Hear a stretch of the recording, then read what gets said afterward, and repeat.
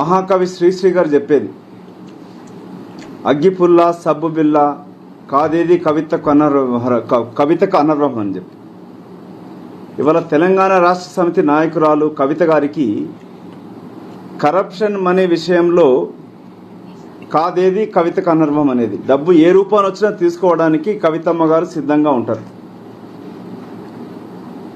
నేను నిన్న కూడా చెప్పడం జరిగింది, 3 బెడ్రూమ్ల అపార్ట్మెంట్లో ఉండే కవితమ్మ గారికి 8 సంవత్సరాల కాలంలో 300 కోట్ల విలువ చేసే భవంతులు ఎట్లొచ్చినాయి, బెంగళూరు డాలర్స్ కాలనీలో భవంతులు ఎట్లొచ్చినాయి, 100 కోట్ల ఆస్తులు ఎక్కడికి వెళ్ళి వచ్చినాయి అనేది. కవితమ్మ గారు ముడుపులు తీసుకోవడంలో సిద్ధ అనేది నిజామాబాద్ ప్రజలకు తెలుసు, తెలంగాణలో ఉన్న వ్యాపారులకు తెలుసు.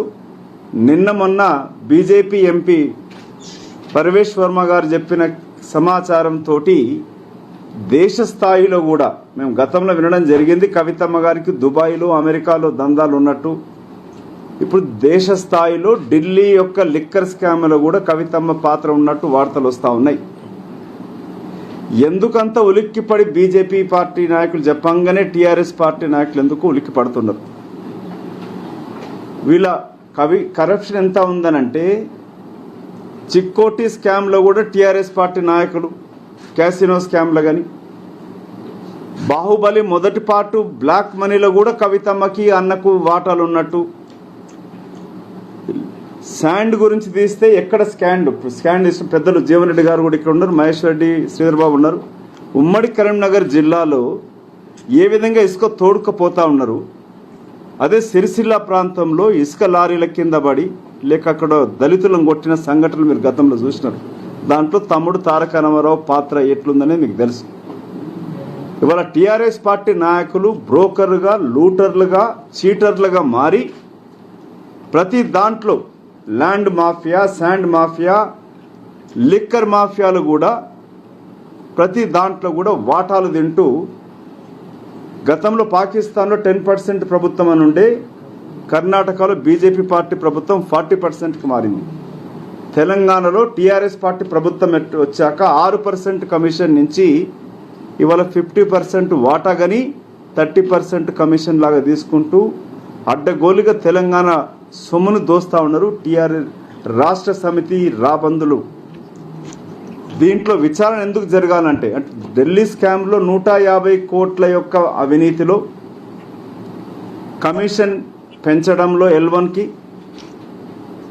లేక మూతబడ్డ డిస్టిలరీ తెరిపించడంలో కవిత యొక్క పాత్ర, దాంట్లో నిజామాబాద్కి సంబంధించిన గండ్ర ప్రేమ్ సాగర్ కవిత గారి బినామీగా ఉన్నాడనేది సిబిఐ చెప్తా ఉంది.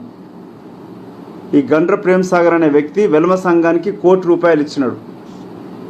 ఇవాళ పేపర్లో టీవీలలో చూస్తూ ఉన్నాం, ఫీనిక్స్ అనే రియాల్టర్ సంస్థ పైన ఐటీ దాడులు. ఈ ఫీనిక్స్ ఎవరనేది మీకు చెప్తారు. పద్మాలయ స్టూడియోస్కి ఇచ్చిన జాగని ఛాలెంజ్ చేస్తూ అల్లుడు హరీష్ రావు గారు హైకోర్టులో కేసు వేయడం జరిగినది.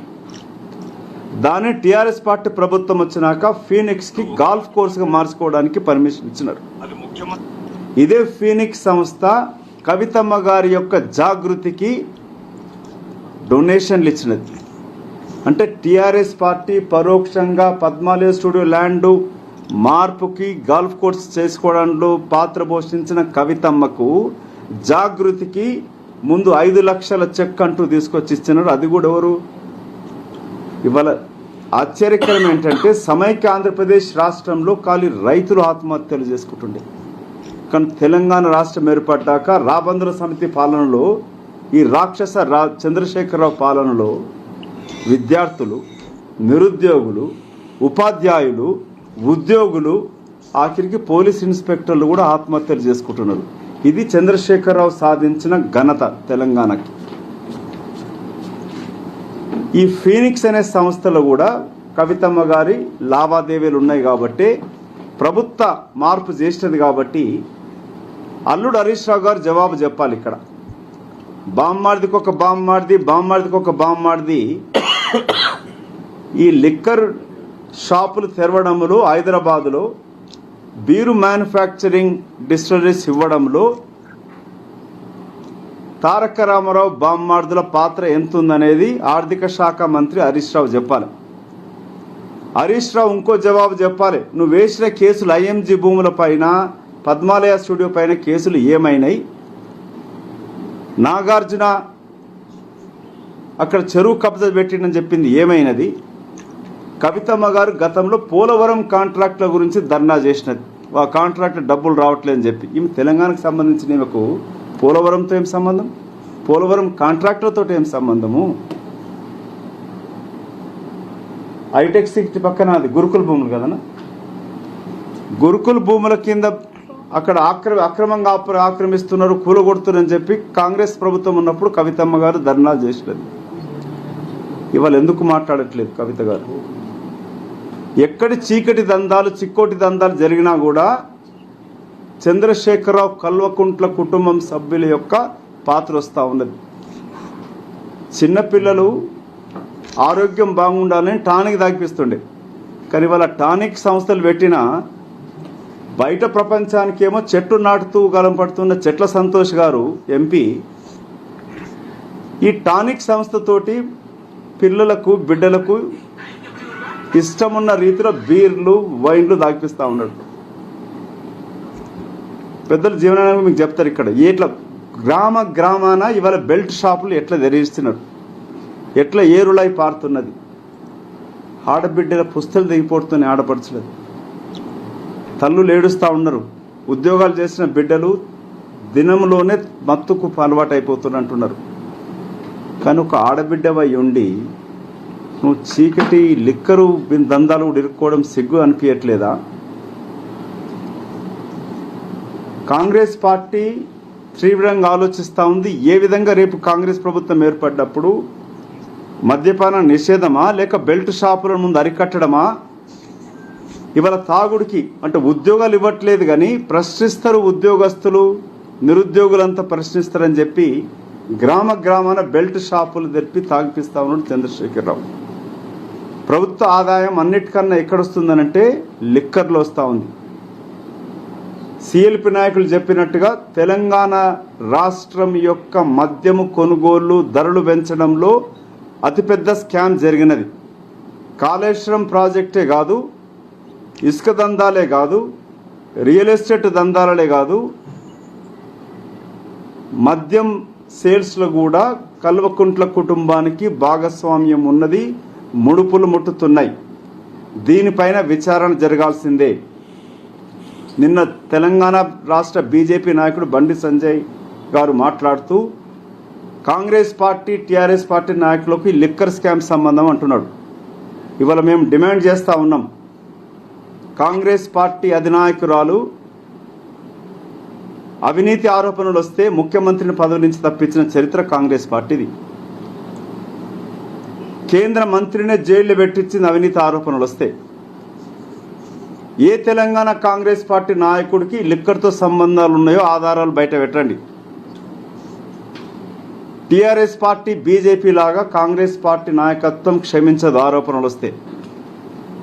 అక్రమ ఆర్జనలు చేసినా, అక్రమ బిజినెస్లు చేసినా కాంగ్రెస్ పార్టీ ఉపేక్షించదు, క్షమించదు. కాబట్టి ఉత్తుత్తి ఆరోపణలు చేయకుండా ఆధారాలు ఉంటే బయట పెట్టండి. ఎంతటి నాయకుడైనా సరే సోనియా గాంధీ గారు ఉపేక్షించరు, చర్య తీసుకుంటారు. కాబట్టి కాంగ్రెస్ పైన వృత్తి ఆరోపణలు చేయకండి. మీకు నిజంగానే దమ్ము, ధైర్యం ఉంటే సిబిఐ మీ చేతిలో ఉంది. సిబిఐ తోటి కాలు ఎఫ్ఐఆర్ చేయడం కాదు.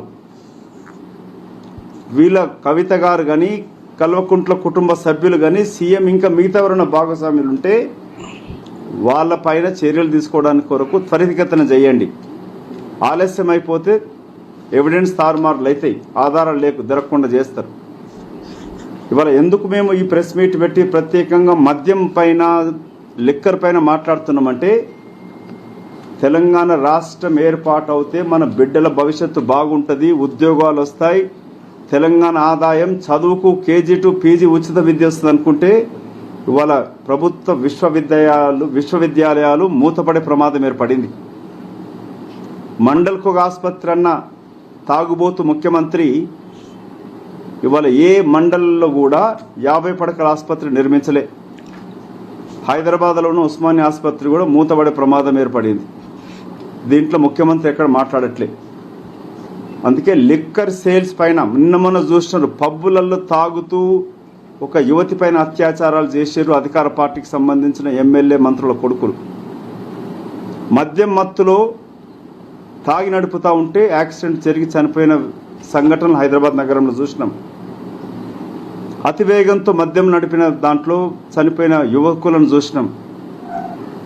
ఒక దిక్కేమో రాత్రి 1 గంటల వరకు ఏమో మద్యం షాపులు తెరుస్తారు, తాగి బయటికి రాగానే పోలీస్ ఛానళ్లతోటి 2133 కోట్ల సంవత్సరానికి చాలాన్ల రూపాన హైదరాబాద్ నగర ప్రజల రక్తం బీడ్చింది కల్వకుంట్ల చంద్రశేఖర్ రావు. అదొక చాలాన్ల స్కామ్ అది. కానీ అత్యంత తీవ్రమైన సిఎల్పి గారిని, పెద్దలు జీవన్ రెడ్డి గారిని మేము కోరుకునేది ఏంటంటే, ఇటు కౌన్సిల్ అండ్ అసెంబ్లీ తరఫున మీరు లేవనెత్తడమే కాకుండా తెలంగాణ ప్రభుత్వం పర్చేజ్ చేస్తున్న లిక్కర్ కానీ, డిస్ట్రిక్ట్కి ఇచ్చే రేట్లు కానీ, ఏ విధంగా చీప్ లిక్కర్ రేటు కూడా పెంచేసింది. దీంట్లో కల్వకుంట్ల కుటుంబానికి సంబంధించిన ముఖ్యమంత్రి కుటుంబీకుల యొక్క పాత్ర, బామ్మార్దులది, తోబుట్టువుల పాత్ర ఉందనేది ఆధారాలు వస్తూ ఉన్నాయి, ఆరోపణలు వస్తూ ఉన్నాయి. దానిపైన విచారణ జరగాల. రాష్ట్రం సంబంధించిన ఏసీబీ విచారణ జరపదు. కేంద్రానికి సంబంధించిన నిఘా సంస్థలు బీజేపీ ఉట్టి మాటలు మాట్లాడకుండా ఇదో కాళేశ్వరం ఏటీఎం మారిందని మాట్లాడుతూ ఉన్నారు. మరి చౌకబారు నిర్మాణాలు చేసిన కాంట్రాక్టర్ పైన ఎందుకు ఇప్పటిదాకా చర్య తీసుకోలే, అరెస్టు చేయలే? ముఖ్యమంత్రి ఒక్కసారి కూడా గతంలో రివ్యూ పెట్టే ముఖ్యమంత్రి ఇలా కాళేశ్వరం ప్రాజెక్టు కట్టిన లక్ష్మీ పంప్ హౌస్ నుంచి పెద్దలు బట్టి గారు, జీవన్ రెడ్డి గారు, శ్రీధర్ బాబు గారు పోతే అరెస్ట్ చేశారు అక్కడ విజిట్ చేయకుండా. మళ్ళీ వేలాది కోట్లు నిర్మాణానికి తప్పుదమిలి జరిగిందా, నిర్వహణ తప్పిదనం జరిగినదా, దానిపైన విచారణ జరగలే. ముఖ్యమంత్రి ఒక్క సమీక్ష సమావేశం పెట్టలే. కల్వకుంట్ల కుటుంబం పరిపాలన దోపిడీతోటి యావత్తు తెలంగాణ సమాజం నష్టపోతున్నది.